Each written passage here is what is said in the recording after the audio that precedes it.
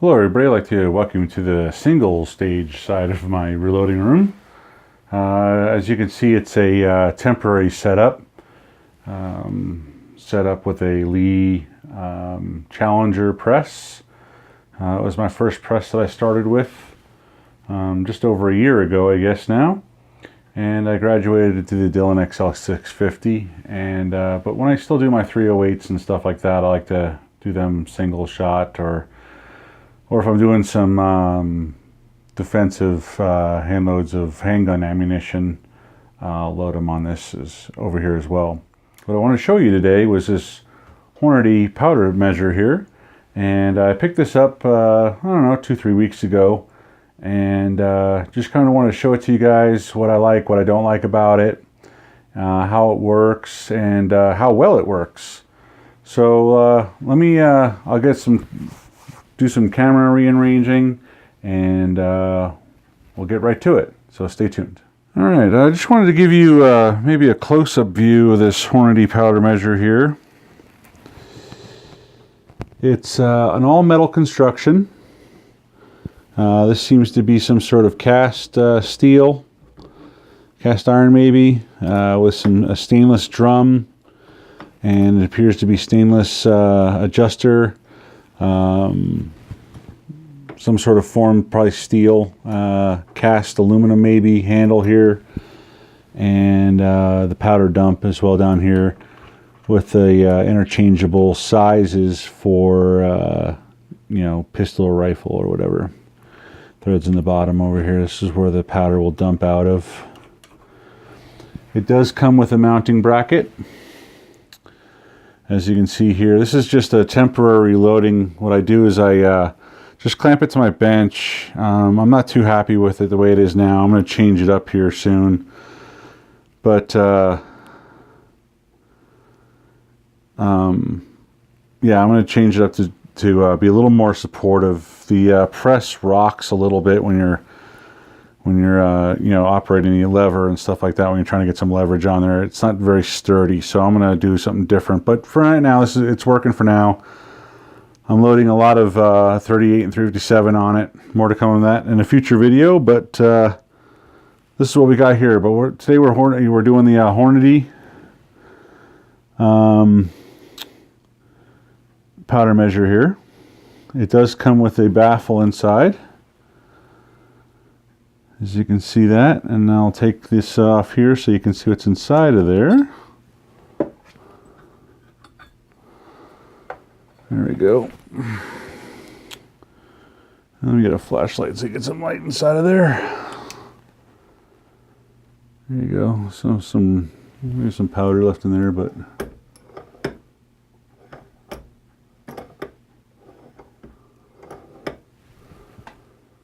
yeah, we'll throw a couple different powders in there so you can see how they all work. One of the things I do not like about this powder measure is how this the tube is held on, which is basically you just push it on. That's all there is. That's all it holds it on. For obvious reasons, if you bump it, you can see you would take a pretty hard bump probably to knock it off, but it does move in there pretty easily. Unlike where the Dillon has some screws in there, and you know, that's not going anywhere. So I think what I may end up doing on this guy here is doing something similar, maybe drilling and tapping a little hole on the side, or maybe on two sides here, so I can hold this plastic tube on a little bit better. I don't like that very much, but it is what it is. Like I said, it would take probably a pretty hard hit for that to come off, but you can see how it does move around quite a bit. It appears to be almost threaded on the inside of there. I don't know if that's just supposed to grip the plastic piece in there a little bit better, but yeah, I don't know. It doesn't sit very well with me, like doing that, but that's probably one of my, oh, my finger's right in the way. Sorry about that. I'm trying to do this one-handed. But, yeah.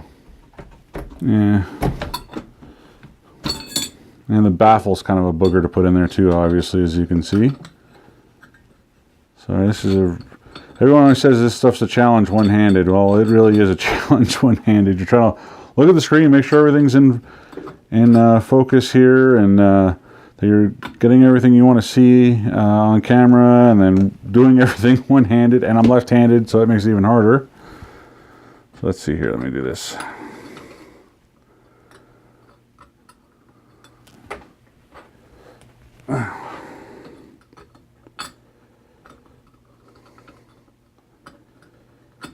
Let's see how this is kind of a pain. There we go. I think I got it. There you go. All right, let me, we'll change the cameras here, and we'll try some different powders on and test some weights on them. How's that sound? All right, give me a second, I'll change the cameras. All right, we're gonna go ahead and test out this Hornady powder measure here. I've picked out 3 different kinds of powder. We have Hodgdon Varget, which is like a extruded powder, Tight Group, which is like a flake powder, and CFE 223 is more like a ball powder. I know there's a million different kinds out of there. This is kind of the 3 that I had on hand right now. And what we'll do is we'll, I don't know, we'll try a couple different loads of each, and see how accurate this thing is and how long it takes it to make it accurate and all that. So I'll go ahead and pull this off here. And I had this set up for 308 loads, so as you can see there's a lot of threads out of there. I hope you can see that. Let me see if you can see that. Yeah, right here is how you adjust the powder throw. So I'm going to go ahead and screw that in a little bit, because this is like, I don't know, like 40 grains or something like that, but we'll turn it in about half of what it was. And we'll throw a charge, and we'll adjust it from there depending on what it's throwing, and we'll just go from there. So we'll get the Lyman scale zeroed. Shows 0 grains. I'm pretty sure you can see that. Yeah, 0 grains with the pan on there. We'll start with the CFE 223. We'll just throw a little bit in here.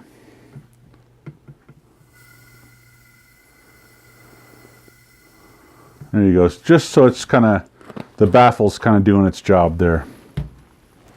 So go ahead and see what it's throwing. Try to kind of flip it the same each time. It's still a pretty big charge, actually. About 26.4 there. So we'll just take it and we'll just dump it right back in. We'll do another one.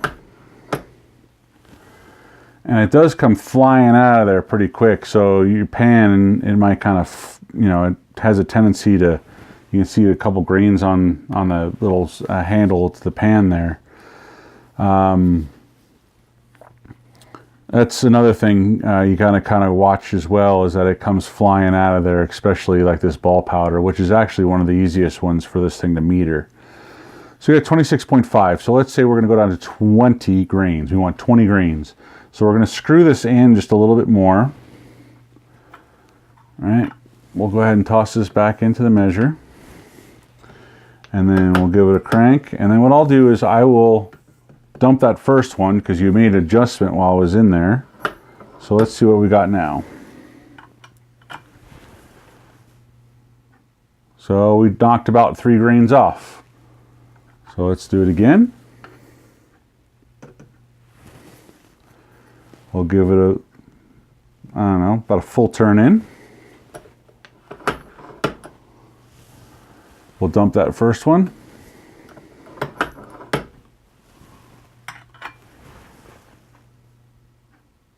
$21 grains. So we got to go in just a little bit more. Now this is where it gets a little finicky. So we're only going to give it probably a quarter turn. We'll see what that does.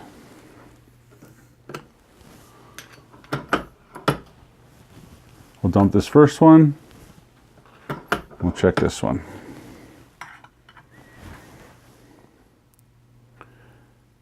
Okay, 20.1. That's actually pretty good. That was a pretty good guess. As you see, I've been using this a little bit here. So let's check that against another throw here.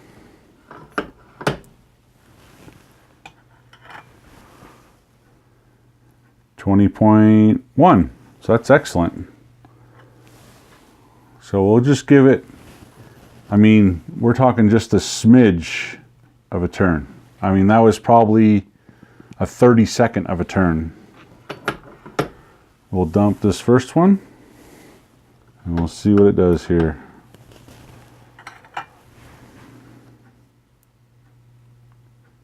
.0.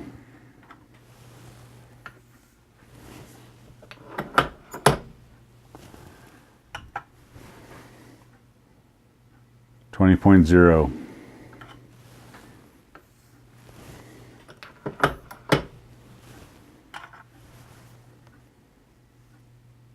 20.0.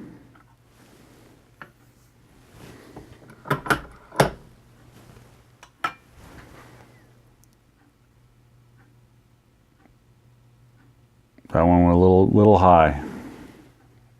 20.2.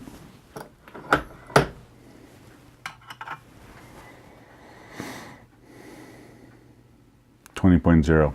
So you can see that with this ball powder, the CFE 223, it actually meters very well.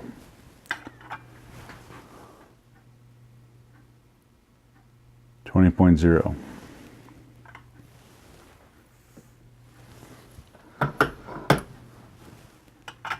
So I would say, you know, we're pretty close that we could probably have our little hand trickler over here and we could get these close to 20 grains as needed. So with the CFE 223, it does pretty well. So let's go ahead and try a different powder. So let me get this, I'll get this dumped out of here and we'll move on to the next one. Be right back. All right, just to save time on the video, basically what I did is I just cranked this guy open a bunch and just metered it all back right into the can of CFE 223. So let's try tight group next. Like I said, this is kind of like a flake powder versus the ball powder. And we brought it up to about the same level where it's just kind of over the baffle there. So this is tight group. And this would be a really big pistol load. So we'll go ahead and crank this guy back in. And let's get down to like a 9mm load. What is that, like 4.2 grains? Let's see how that does. So let's crank that down there a little bit. And I'll throw one. And then we'll weigh one.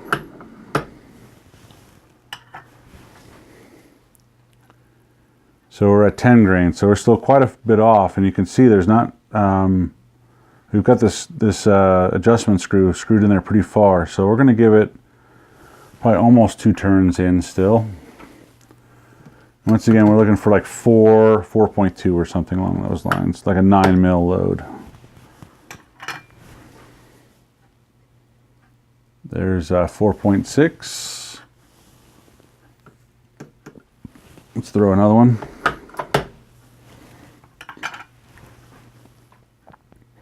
4.7, so we're still a little high, so we'll give it about a 1/4 turn. See what that does.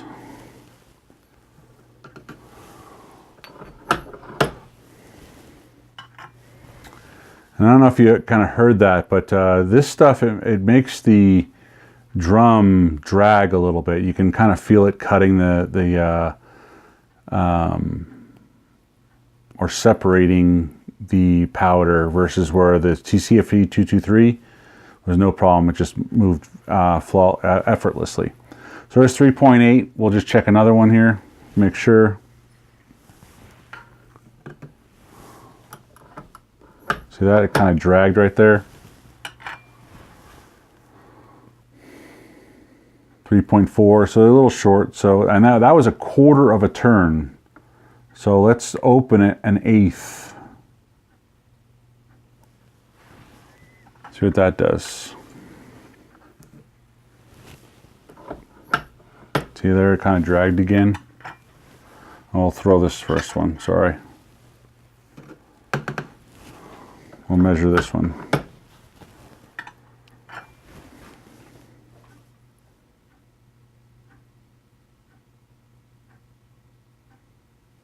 It's very close here.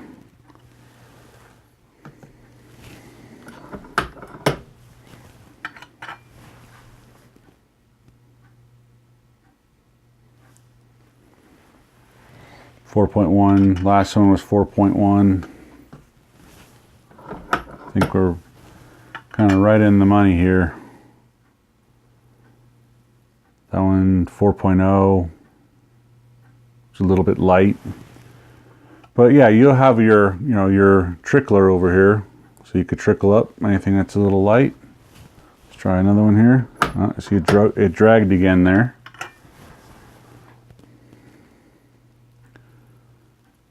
Got a 4.0 on that one.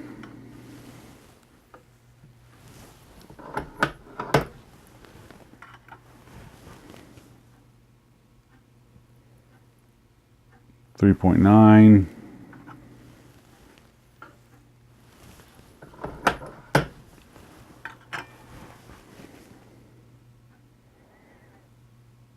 .2. So as you can see, it's pretty easy to adjust. It's just not very accurate. It seems to kind of bounce around a little bit by 1/10. But if you're checking every load, that shouldn't really be a huge deal, because you'll be trickling up or scooping down just a little bit. So I mean, if we get say 7 out of 10 that are 4.0, whoops, gotta vacuum that up.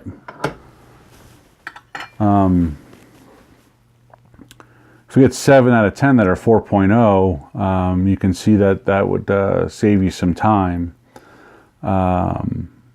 It's the 3 or out of 10 or 4 out of 10 that aren't quite, that you have to either trickle up or scoop down to, would slow you down a little bit. And also you could feel the or see the drag of the drum on this different type of powder. There's another 3.9. So it definitely likes the ball powder better than the flake powder, that's for sure. And I mean, it almost feels like it's dry, like there's no lubrication on it or something like that. It's kind of how it feels when it goes cuts through that powder there. There's another 4. So you see it does pretty well with that. It just does that little sticky of the lever every once in a while, and I think that's just the nature of the beast with that flake powder. All right, let me shut the camera off. I'll dump this one out and we'll move over to the varget and see how that does. Alrighty, let's give the varget a try. This is an extruded type of powder, and let's try to do like a 223 load. They're saying 27.5. Let's do 26 grains and see how that goes. So once again, we'll take the varget and we'll dump it in here just so it comes over the baffle here.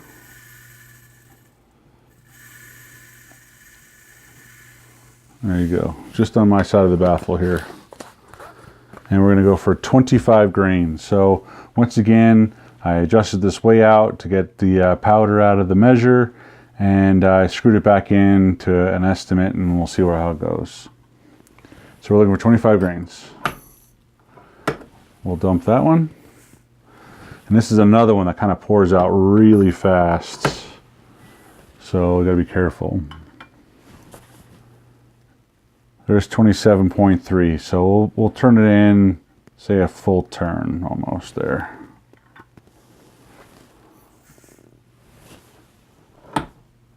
See that? That's kind of the problem with the extruded powders. It really gets stuck on these every once in a while. What did I say, 25? So we got to go up some more, I would think. It's kind of a cat and mouse game here.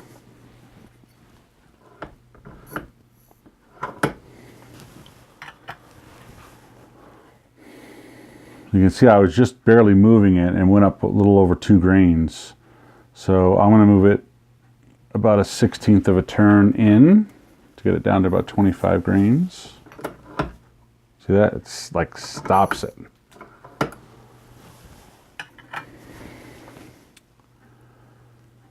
There it is, 25.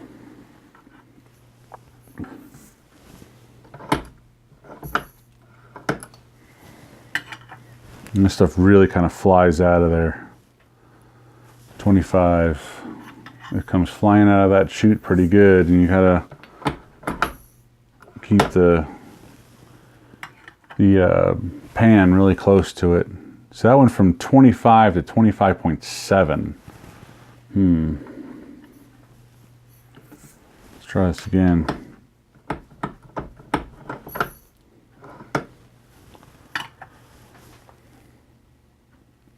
.6.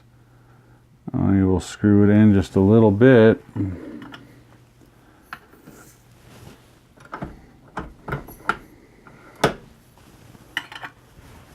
So I'm sure this is no surprise, but the extruded powders are the most difficult to work through this type of barreled powder measure. So it almost always will stop on that one spot right there.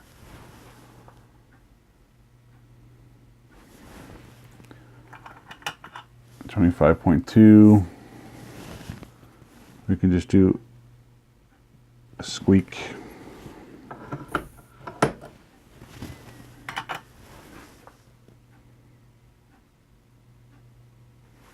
.1.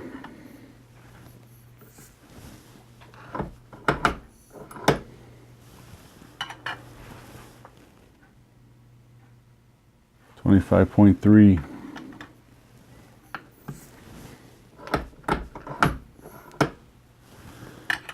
So with these extruded powders, I don't know if it's something that you want to just dump right into the case, or I just made another small adjustment, or if it's something that you want to measure with every one. I think personally the way this thing works with these type of powders, and you can see it's all over the place.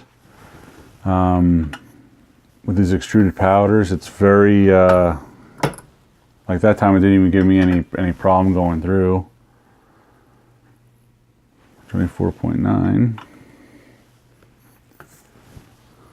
But I think you're going to want to measure pretty much everything that's going to come out of this thing every time.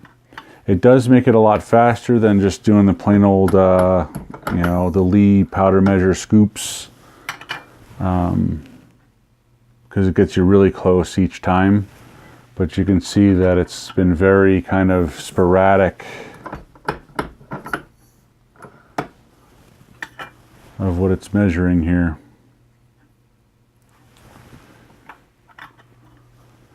So if you plan on just doing ball powder, this thing will work great for you, but if you're going to do extruded powder, I don't know, it just kind of seems like it's not very accurate, and it's kind of sporadic of where it's loading at.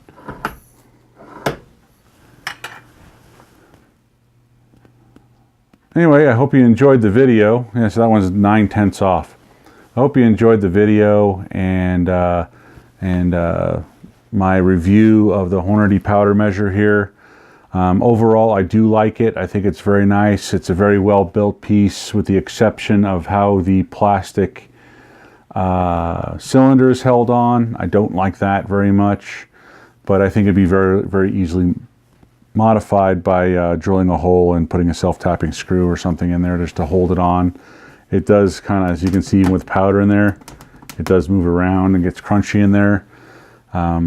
That is definitely one downfall. And I think with any of these rotary style powder measures, I think you're going to have some problem with the extruded powder just because of the size of it and the way it has to kind of close off the barrel as it rotates, and dumps the amount of powder. So I think that's where you're going to have the variance of powders. But anyway, I hope you liked the video. Give it a thumbs up. Leave a comment or a question if you have any. And please don't forget to subscribe. This is Fred with Bravo 1 X-Ray. And this is the Hornady powder measure. And I hope you enjoyed the video. Have a good day. Alright guys, there's one key thing that I forgot to show you on the video, and I apologize for that, so I'm going to throw it here at the end. It was the how to clean out that residual powder that I showed you in the beginning when we were taking it apart. And I forgot to show you how to take it apart and clean out that residual powder. I'll show you that right now. It's really easy, real quick. Alright, so here's the powder measure. I told you that I had screwed this all the way out to empty it all out. I still recommend doing that because doing this clean out method, there's really no way to capture all the powder that would dump out almost immediately on you. But anyway, so you push, there's a button right here on the side. You push that button in and this whole piece comes out like that. And that would be how you would clean out the cylinder of any residual powder. And as you can see, just that's the part that goes in and out that actually adjusts the amount of powder to be dropped. So to put it back in, it's the same way. You stick it in, you gotta push this guy, and then, push this button again, and it goes in, and it locks. Now it's in there. That's how you clean out that powder that we found at the bottom when we looked inside of here. Alright? Alright, this is Fred with Bravo 1 X-Ray. Wishing you everybody a 73 and a Happy New Year. Bye-bye.